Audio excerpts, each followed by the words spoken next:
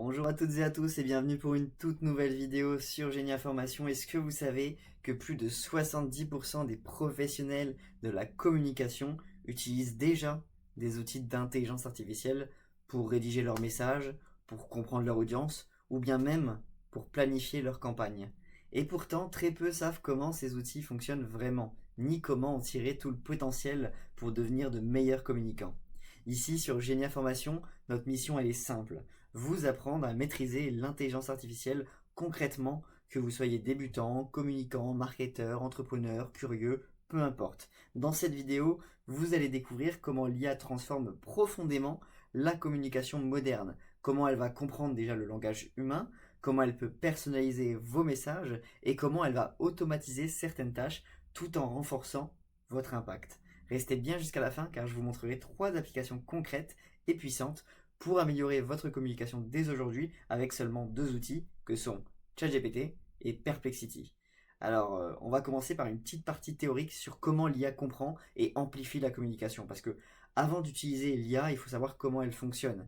L'IA, on sait très bien que ça a bouleversé notre manière de travailler, de communiquer. Du coup, vu qu'on est sur une partie un peu plus communication aujourd'hui, avant, un communicant, ça devait analyser seul ses audiences, écrire ses messages à la main, puis espérer qu'il soit efficace, mais toujours en se basant sur des vérités générales et de ce qui a été prouvé. Aujourd'hui, grâce à l'IA, tout cela devient un peu plus rapide, plus précis et surtout plus personnalisé. On peut résumer cette révolution en 3 grands piliers.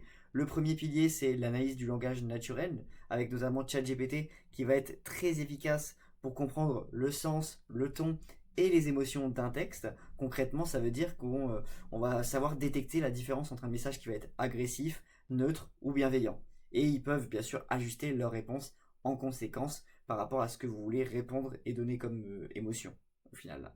Donc ça c'est la deuxième partie, c'est plutôt la partie personnalisation intelligente. Donc grâce notamment au machine learning, il y a des modèles d'IA qui sont capables d'apprendre et de s'adapter à un contenu selon la cible. Ils vont par exemple pouvoir reformuler un message pour un public soit jeune, soit un peu plus professionnel, soit un peu plus technique, ajuster en conséquence le niveau de langage et même à chaque fois choisir les arguments les plus convaincants selon les données disponibles sur Internet, sur les milliards de données sur lesquelles sont entraînés ces modèles d'IA, donc voilà, pour être adapté le plus possible à l'audience. Et enfin, la troisième partie, c'est l'automatisation intelligente. C'est vraiment les IA qui ne se contentent plus de rédiger, mais vraiment de planifier les publications, de générer des scripts vidéo, des mails personnalisés ou concevoir même des posts LinkedIn cohérents avec votre ton de marque. Mais attention, automatiser, ça ne veut pas forcément dire déshumaniser. Il faut toujours qu'il y ait quelqu'un derrière qui contrôle ce qui a été produit par l'IA pour vérifier, ajuster et surtout donner une touche qui va être émotionnelle, unique. Maintenant que vous comprenez les bases de la communication augmentée par l'intelligence artificielle, on va voir comment vous pouvez l'appliquer dès aujourd'hui dans votre travail. Et croyez-moi, les résultats peuvent être spectaculaires. Donc la première partie, c'est l'application numéro 1 qui va être de transformer vos messages avec ChatGPT. Donc l'objectif, c'est d'améliorer un message qui va être assez banal pour le rendre clair, professionnel et percutant. Imaginons par exemple que vous devez envoyer un message à un client, mais qu'il soit trop simple ou pas assez convaincant. ChatGPT peut bien sûr le réécrire instantanément dans le ton et le style de votre choix. Donc je vous ai préparé un prompt, donc qui est le prompt suivant. Donc tu es un expert en communication, réécris ce message de manière professionnelle, persuasive et adaptée à un public d'entreprise. Donc là j'ai donné un premier exemple d'un premier jet que vous pouvez avoir si le but est de reformuler et pas de créer de toutes pièces un message.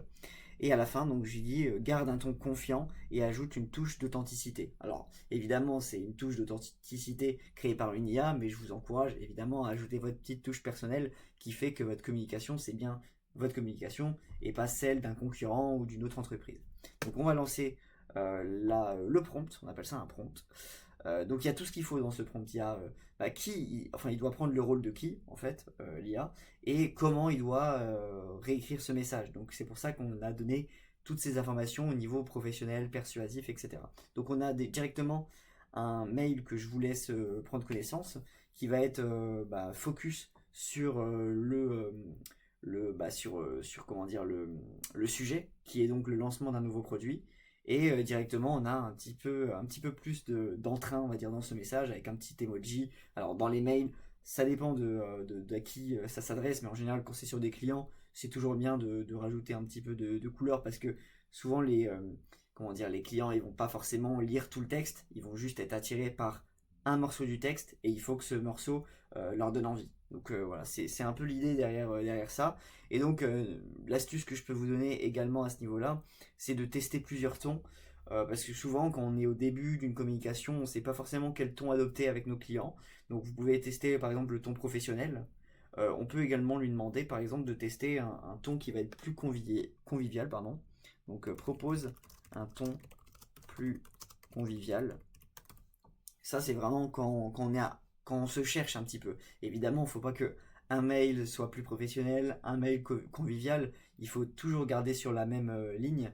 Mais par contre, effectivement, quand on est au tout début et qu'on se cherche et qu'on n'a pas forcément de stratégie de communication, c'est intéressant de tester un petit peu et de voir ce qui vous plaît le mieux, ce qui est le plus finalement en adéquation avec vos valeurs, tout simplement. Donc ça, c'était la première partie applicative. La deuxième, c'est on va changer un petit peu de site. On va aller sur Perplexity, qui n'est pas un modèle de conversation, mais plutôt un outil de recherche avancé, un peu comme un Google avec de l'IA. Donc l'objectif là, ça va être d'identifier des attentes et des tendances par rapport à votre public cible.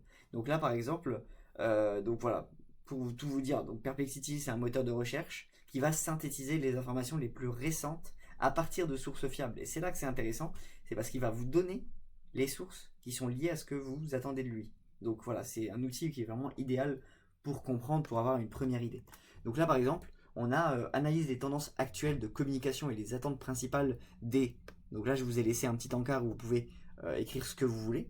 Mais moi, j'ai plutôt envie de fixer les étudiants. Ce qu'ils ont besoin en termes de communication en général. J'ai pas donné pas encore en tout cas. J'ai pas encore donné quel type de produit ou de service j'offre, mais j'ai envie d'avoir une tendance un peu globale pour savoir si je peux adapter ce que je vends à ces tendances-là. Donc on va faire ce premier prompt et on va obtenir en quelques secondes une étude d'audience assez qualitative.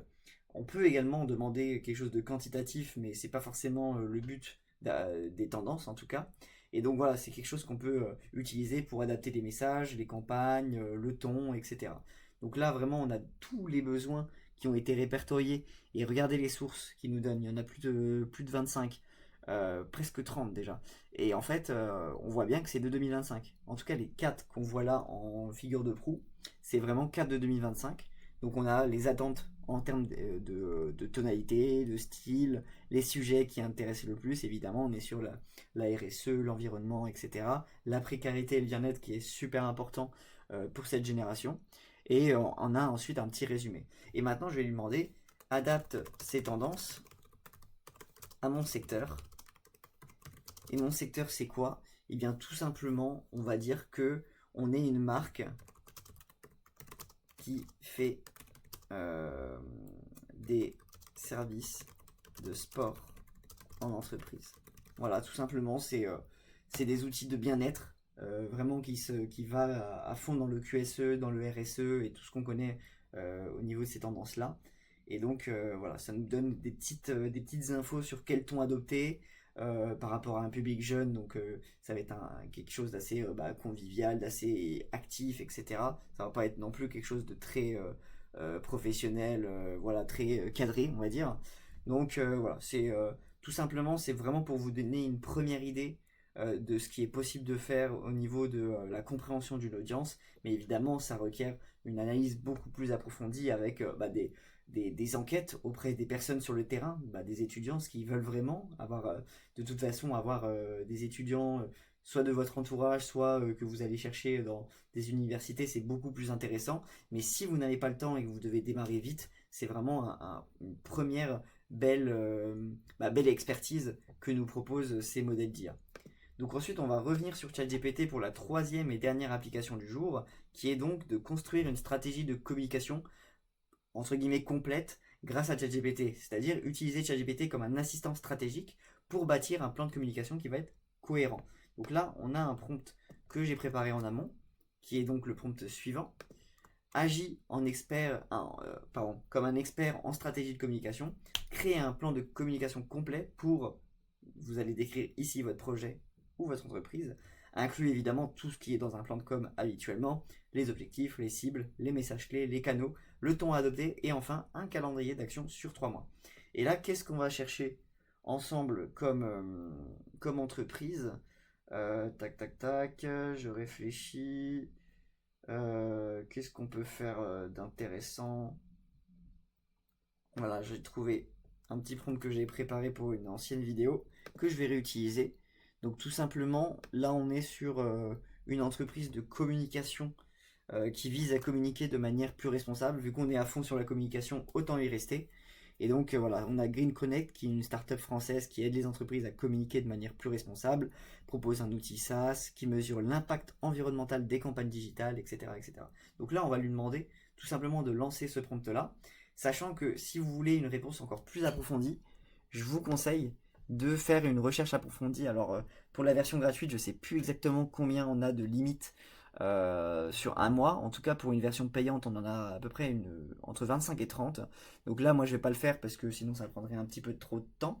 Mais en tout cas, je vous encourage à le faire si vous avez besoin de plus d'infos et qu'il aille chercher en fait les infos directement avec les sources, etc. Donc là, je vais lancer ce prompt-là et on va voir ce qu'il est capable de nous sortir et est-ce que ce sera un plan vraiment cohérent par rapport à notre projet. Donc là, l'objectif, vous l'avez compris, c'est d'avoir un plan qui va être cohérent et finalement, bah, si on reprend un peu les applications qu'on a pu faire aujourd'hui dans cette vidéo, on a la partie message, on a la partie audience, mais il nous faut évidemment un plan pour appliquer tout ça. Et donc là, ChatGPT va être en mesure de nous fournir, comme on lui a demandé, des objectifs qui vont être plus ou moins mesurables. Alors on ne lui a pas demandé de nous faire des objectifs smart, mais on peut totalement lui demander ça. On aura une segmentation de nos cibles avec les segments, la description et l'objectif principal par cible. On a également les canaux de diffusion et les messages clés, donc qui vont permettre d'atteindre ces audiences-là, pardon. Et voilà, le ton, le style de communication, on a un petit peu tout. Et enfin, un plan d'action sur 3 mois qui prend en compte évidemment le lancement, une partie un peu plus éducative et une partie un peu plus voilà, qui vise à faire du commerce, évidemment. C'est quand même un petit peu l'objectif. Et on a des KPI, je ne sais plus si je lui avais demandé ça, donc c'est très bien s'il l'a proposé lui-même parce qu'il sait que, évidemment, un plan de communication sans KPI, c'est pas un très bon plan de communication. Voilà, donc ce que je peux faire d'autre à ce niveau-là, c'est que je peux lui demander d'améliorer ce plan pour qu'il soit plus adapté encore à une cible. Et donc là, je vais lui demander à une cible, à une audience un peu plus âgée. Parce que c'est un peu le challenge dans le sens où communication responsable, quand c'est des personnes un peu plus âgées ou des entreprises bien implantées, peut-être qu'ils en ont un peu moins quelque chose à faire.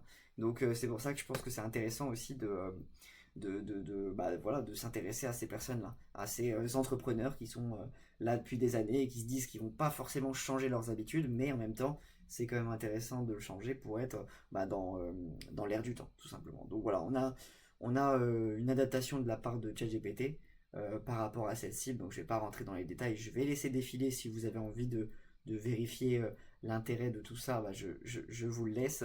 Mais en tout cas, voilà, vous savez que avec ces prompts-là, ça vous permet d'avoir une vision plutôt assez globale. Elle n'est pas très précise, mais en même temps, est-ce qu'on recherche ça dès maintenant? Non, pas forcément. Si on se lance, par exemple, ou si on veut avoir une idée avant de se lancer, c'est toujours intéressant d'utiliser ces prompts-là. Alors avant d'enchaîner avec la suite de la vidéo, je vous propose de faire un petit tour sur le tout nouveau site de Genia Academy. Donc c'est Genia Formation, mais c'est la dénomination commerciale, on va dire. Donc Genia Academy, sur le site, il y a deux choses qui peuvent vous intéresser. Alors déjà, c'est regarder un peu toutes les formations IA qu'on propose. Donc on fait adapter directement à vos métiers, donc que ce soit marketing, ressources humaines, comptabilité, supply chain, finance, administrative, il y en a encore plein qu'on a déjà fait et qu'on peut faire sur mesure. Donc je vous encourage à nous contacter, tout simplement, donc à nous écrire, soit à nous appeler au 03 54 48 06 11, soit à nous écrire à cette adresse-là. Donc ça, c'est la première chose que je vous encourage à faire si vous avez des besoins en IA, tout simplement, en intelligence artificielle.